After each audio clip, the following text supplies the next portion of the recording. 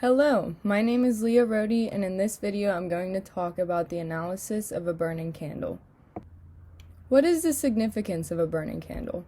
People burn candles every day, whether it be for the pleasant aroma, the crackling sound of the wood wicks, or even just the soothing effect of the dim light in the room. But with that tiny flame burning, there is an immense amount of science at play. There is thermal transfer through means of conduction, convection, and radiation, along with mass transfer through means of diffusion and phase changes and much more. With all the different aspects involved in a burning candle, there's a lot to enjoy and learn about candles, but it's also important to learn about the potential risks associated with it and whether these risks are truly viable for concern. When it comes to scented candles, there is room for concern regarding the potential exposure to concentrations of chemicals and particulate matter. Other reasons for concern are not limited to just scented candles, and these issues include the risks associated with the soot produced from the burning of a candle, the possibility of lead in the wicks, and the undeniable concern of an open flame as a potential fire hazard.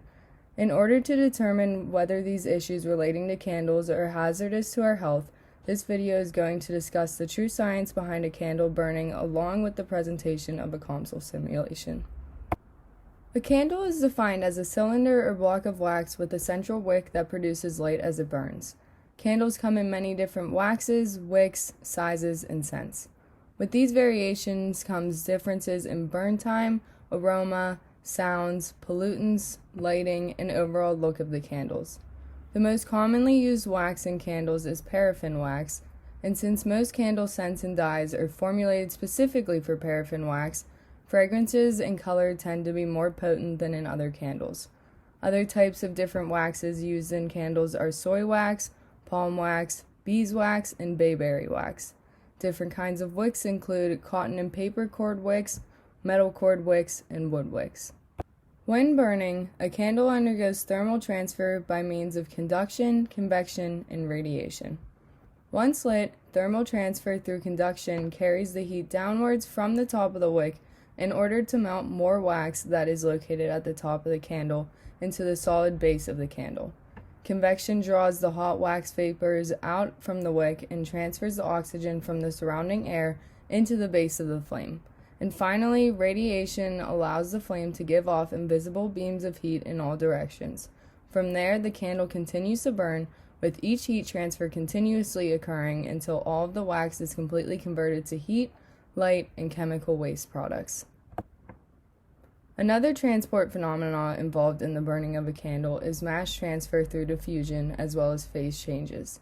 Candle flames are known as laminar diffusion flames, meaning that the liquid fuel rises by capillary forces in the wick and due to the high flame temperature. The hot gas rises and mixes with the ambient air through diffusion. The paraffin wax begins as a solid and then is heated to liquid and eventually evaporates to a gas. In COMSOL, I created a simulation of a candle burning. This simulation shows the heat transfer created by the flame. My materials used included paraffin wax, a cotton wick, and the surrounding area as air. My model assumptions included that the heat generated in the candle flame by the combustion of the wax was approximated by a simple heat source. The problem was treated as time-dependent, and for one wick, 2D asymmetry was assumed. This visual representation shows the dispersion of heat over a period of a few minutes.